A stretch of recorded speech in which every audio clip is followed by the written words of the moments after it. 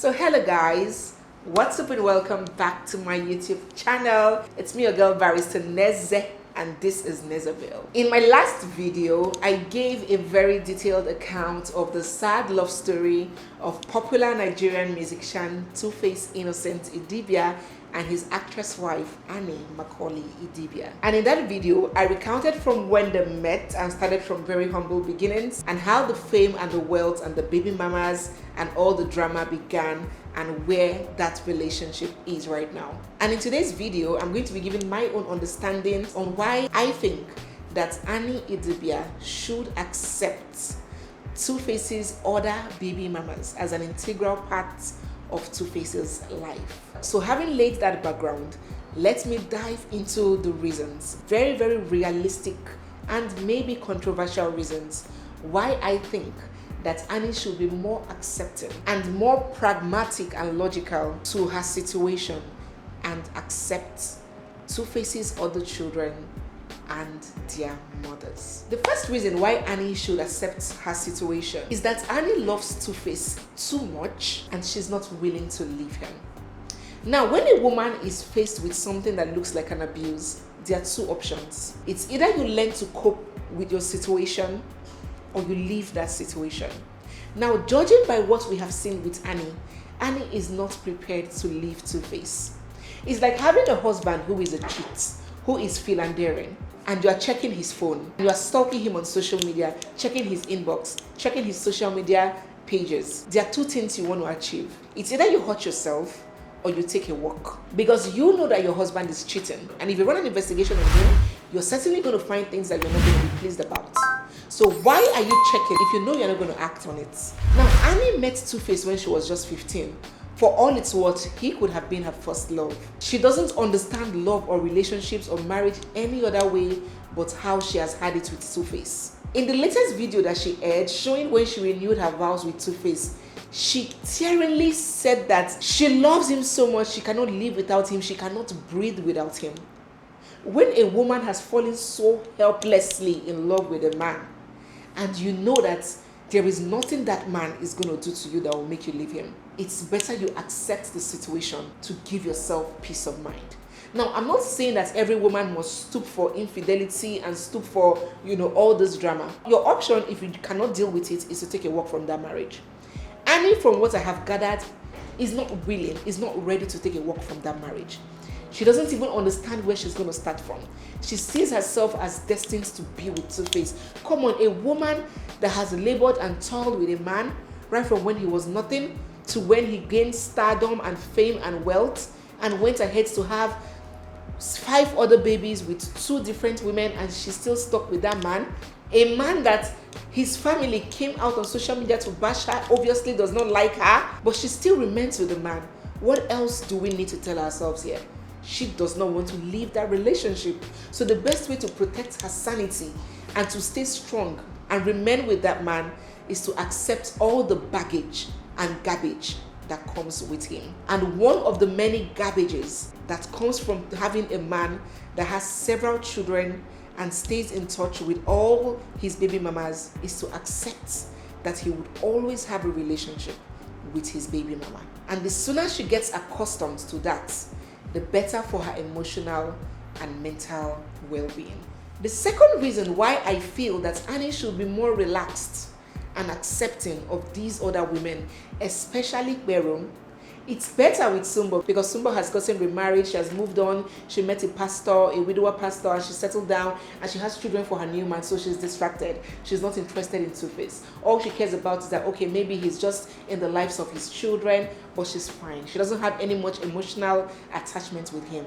But for the other woman, Berum, who is single, searching, and available, why I feel that Annie should almost view her as a second wife is because children are involved. If it were just, a relationship I had, or we were married, there was a marriage that bore no children, it's easier to detangle.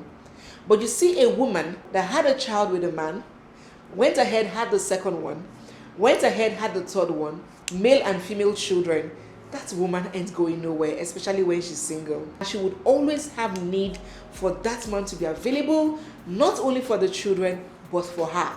She might hide behind, oh, I just need him to be a father to his children and be available for his children. But deep down, there's still a need, an emotional craving for that man to be a part of her life, especially as she doesn't have a man. So a man who is actively playing a role as father in the life of 3 children, 3 teenagers, I may add. He's attending their school functions, they're going on holidays together, he's traveling to visit them and spend time. How are you going to sever the mother of these children? It's going to be very difficult, especially for a desperate woman, or especially for a woman who wants that man. It's going to be very, very difficult for you to sever that relationship. So in as much as Annie has to be praying and hoping that her man is sensible enough to draw the boundaries between his wife and a baby mama, she still has to come to terms and realize that this woman, these women, would forever be a part of her life. Her husband cannot help but communicate with these women. They cannot help but be in touch. They cannot help but exchange chats. They cannot help but call each other, because he has to stay abreast of the developments and happenings in his children's life. It is painful to say, whatever I'm saying, I'm not justifying. Whatever I'm saying is just telling you guys the reality of these things and how it happens. There may be major decisions that needs to be taken on those children's lives that their mothers cannot wait till daybreak. Urgent decisions that can border on health, that can border on life, that can border on their education or their well-being, that the father has to be actively involved. Then you, the wife, might sit back and say, oh, don't call at this hour. It might not be possible, and that is a fact. This man goes on vacations abroad with his children, and you expect their mother to be away. Their mother will certainly join them for that vacation, ugly as it may sound. But it's a reality, and it's something that you almost signed up for by settling and remaining with a man that has multiple children for multiple women. It's a reality of hers that she has to come to terms with. If she keeps having this expectation of exclusivity, she will keep being disappointed and breaking down and making somewhat a fool of herself on social media, because that exclusivity is not what she signed up for when she married a man that has children everywhere. So despite TUFACE is not legally married to this woman, she's almost like a wife in waiting. She's almost like the other woman that will never go away. And the sooner Annie realizes that as long as children are involved, children that need their fathers, children that the fathers have wholeheartedly decided to be a part of their lives, their mothers would also be a part of that man's life, and you can take it to the bank. The third reason why Annie has to be very careful and manage this situation logically more than emotionally, because it's obvious that Annie is being very emotional, and many women are. I wouldn't blame her. This is the love of her life. This is her high school sweetheart, the only man she has ever loved and known. So it's very difficult for her to put up with these other women, but she has to learn how to, in her own interests and for her own peace of mind. Another reason why I encourage Annie to accept her situation and handle it more logically is because the family of this man in question does not like her and will do anything to kick her to the curb. So she needs all the unison, all the support, all the oneness she can get, because this is Africa and this is Nigeria, and there are some things that cannot be explained, but they exist. We might come on social media and lie, oh, with our placards, oh yes, this is not happening, we're not going to accept this in 2022, we are liberated women. But there are some underlying facts that can never be washed away when it comes to custom and tradition and when it comes to reality. Now, from my findings and what I have gathered, TUFACE's mother was in support more of Sumbo than Annie. As a matter of fact, Sumbo granted an interview where she revealed that TUFACE's mother was the one that forced her to go and live with TUFACE and told her that the only way to stop TUFACE from philandering and having babies with other women was for her to live with him, for them to cohabit together. And TUFACE knew of Annie then. Annie and TUFACE were already in an off and on relationship. So if there was any woman that should have been encouraged by TUFACE's family to go and live with him, it should have been Annie, but it wasn't. the family was in support of the other women. But Two-Face, as a man of his own, made his decision and decided to marry Annie. Good and fine. But at any little uproar, at the slightest provocation, you will see Two-Face's family, his brothers, his cousins, his relations spring up on social media and express their deep hatred for Annie. She even admitted it herself that her husband's family despises her. Now, if she was some white woman living in Chicago or Dallas, Texas, it wouldn't have mattered. You have the police to defend you. You have the law to defend you. But in Nigeria, you have nothing to defend you. It's yourself and your wits and maybe your children. The law, if it would ever defend you, will come crawling after the deed has been done. It will not be proactive in defending you. So realizing that she is in a polygamous relationship already and she is the one that is not loved is already a risky situation. So coming up with more uproar and attacking the mother of the other children, indirectly sowing seeds of discord and hatred, will not be to her own advantage. She has to manage the situation. She has to ask God for a discerning spirit, for wisdom to handle this situation, because it's not an easy one. She's in a marriage with a man that has children everywhere, and his family does not like her, and she's in Nigeria. And yes, the man is available, he's alive, he's here to protect you and defend you and shield you. But what if he's gone? So what happens when he's gone? He's going to go someday, and the prayer is that he's older, he goes before you. Annie, of all people, needs to understand that she needs more peace. She needs to maintain peace than chaos. Because when the fight starts, she might discover that she's all alone. Another reason why I believe that Annie should soft pedal, take it easy, and accept her situationship. It's not everybody that ends up with a fairy tale marriage. That's what women pray for. That's what we all pray for. We all pray for monogamy and love and fairy tale and, no drama and peace. But the truth is that it is not every marriage that will end up like that. Some marriages will end up to be more turbulent than the others. And if you find yourself in a turbulent marriage and you're not prepared to leave, you have to devise a way to stay happy and have sanity in that marriage, because it's your choice to remain there. And you can force a horse to the stream, but you can never force that horse to drink water. Another reason, as I was saying, this is very controversial, but it's the truth, it's the reality. I'm talking reality here. I'm not trying to be politically correct. We are talking reality, and that is what we do in Nezaville. Another reason is that Two-Face has sons, boys from these other women. A child is a child. That's what I want to believe. That's what I love to believe. That is what I believe. But in reality, there are some other things that play out that so many people are not bold to say on social media.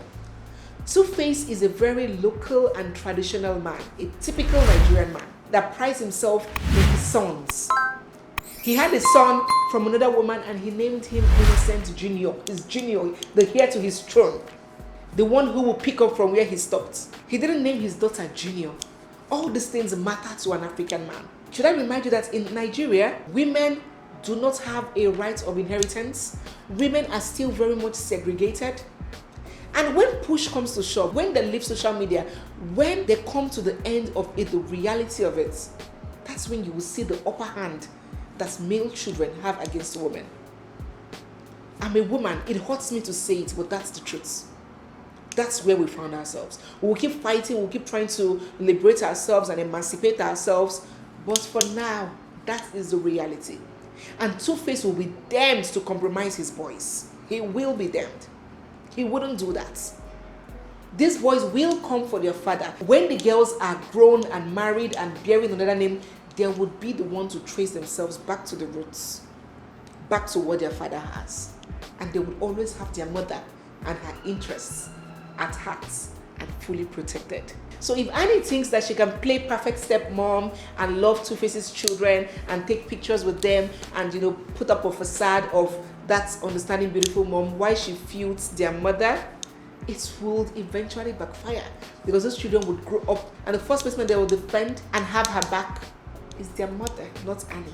So I'm not saying Annie should endorse Two-Face sleeping with other women.